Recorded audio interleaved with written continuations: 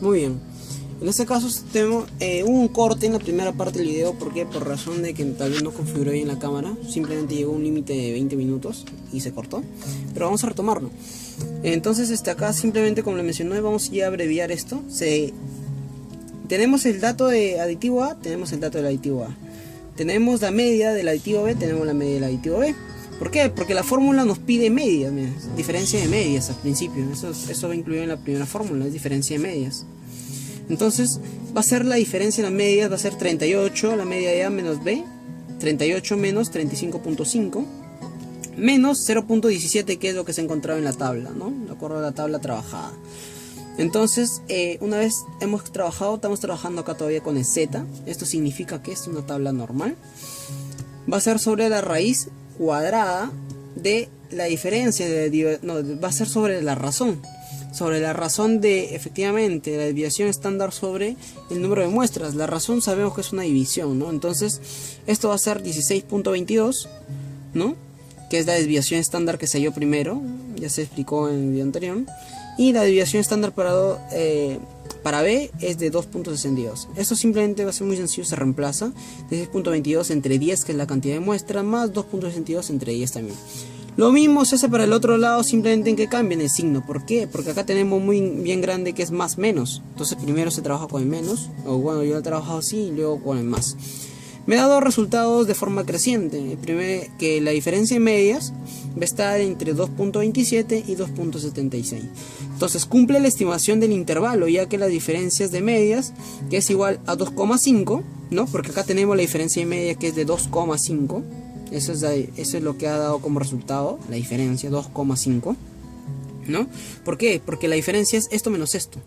Entonces es 2,5, 38 menos 35.5, 2,5, ¿no? Entonces esto en realidad, esta diferencia U o mu1 menos mu sub 2 es igual a 2.5.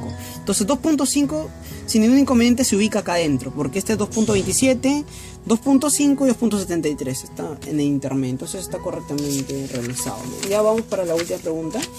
La última pregunta sí es un poco más compleja, como que quiere tal vez sorprender un poco, pero de todas maneras se detalla, ¿no? Es que lo que pasa es que acá los datos nos dan en porcentajes. Nos dan 34%, es lo mismo, nos dan dos muestras, aditivo A y aditivo B, 34%, 36%, 33%, acá ya se ha trabajado, nos dan los datos en porcentaje, a comparación que en los demás nos dieron datos enteros. Pero de igual manera no nos hace problema, porque si queremos lo trabajamos como antes o lo trabajamos en porcentaje. Si acá todo está en porcentaje, entonces la sumatoria para sacar las medias entre la misma cantidad también nos da en porcentaje. Acá hemos hallado ya la media. Entonces la media de aditivo A es de 35.67%, ¿no? Hemos trabajado. De aditivo B es 32.93%. Ahora, si queremos pasarlo a decimales para trabajar como se estaba trabajando anteriormente, también se hace, porque sería 0.3567 y 0.3193. ¿Cuál es en este caso el detalle de acá? Que para este problema nos piden lo siguiente, ¿no? Se desea estimar la influencia de un nuevo aditivo utilizando para una mezcla. Al final de la mezcla se testea, es similar la pregunta. Nos dan los datos, pero acá lo que nos piden es uno solo. Es hallar el nivel de confianza al 90% y se desea ver la razón de la variabilidad entre ambos. ¿Qué significa razón? Es división. Si es división, por lo tanto, es división de cocientes. ¿No? Acá tenemos una fórmula para esto, ¿no? Que es el cociente de varianzas. Para una varianza se usa Fisher. No se olviden. Más que todo, esto también nos va a facilitar el proceso, porque acá en la fórmula vemos la F. Ya no vemos, dejó de aparecer la Z, se podría decir. Entonces, como es la F es de Fisher. Entonces eso también nos ayuda a guiarnos, ¿no? Sencillo, lo que se va a hacer es de igual manera reemplazar. Solamente reemplazar. Muy bien. Entonces, acá tenemos ya los datos. En sí no nos han dado todos los datos. Hemos tenido que nosotros hallar la varianza por nosotros mismos. Pero es sencillo hallar la varianza. Si ya tenemos la media, podemos hallar la varianza sin ningún problema. Muy bien. Entonces, acá nos dicen al 90%, ¿cierto? El nivel de confianza es del 90%. Entonces nos queda un 10%. Alfa va a valer 10%. Y tenemos 10%. Acá sobre 2. Y esto igual es Fisher. Acá ya no va a ser situación Fisher A sobre 2. Entonces todo este valor es de 0.05, ¿no? Porque está dividido entre 2 ya, el 10%. Entonces, acá sería 0.10, entre 2 es 0.05. De igual manera, se busca en la tabla 0.67.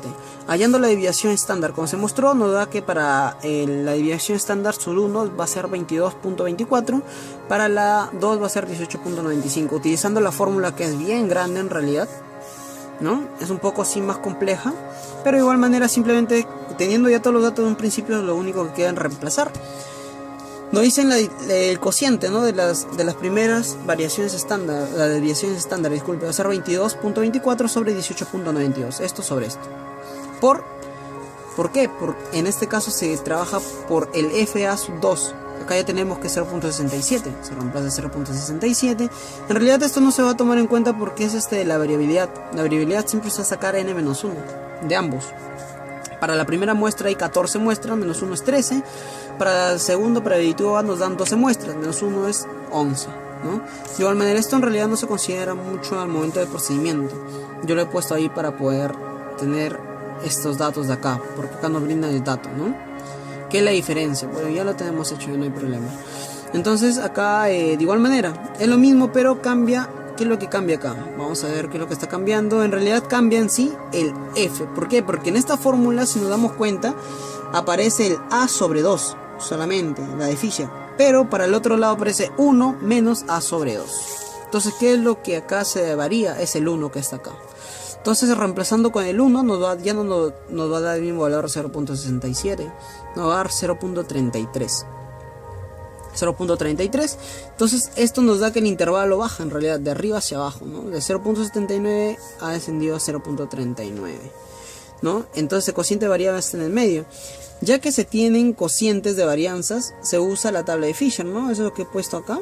Por lo tanto, da mayor confiabilidad, brinda el aditivo B, ¿no? Mayor confiabilidad brinda el aditivo B, ya que tiene menores niveles de humedad, porque se ve que para B es menor la humedad, no se está hablando de humedad, que puede o que hace que pueda conservar mejor los materiales en los cuales se va a emplear ese aditivo, ¿no? Porque en realidad un material con bastante humedad siempre hace propenso a que se pueda deteriorar más rápido, ¿no? Porque si que por A o B tenemos un muro con bastante humedad, siempre está carcomiendo, ingresando o filtrando hacia los fierros, hacia el acero, haciendo que esto se oxide, etcétera, ¿no? ¿Bien?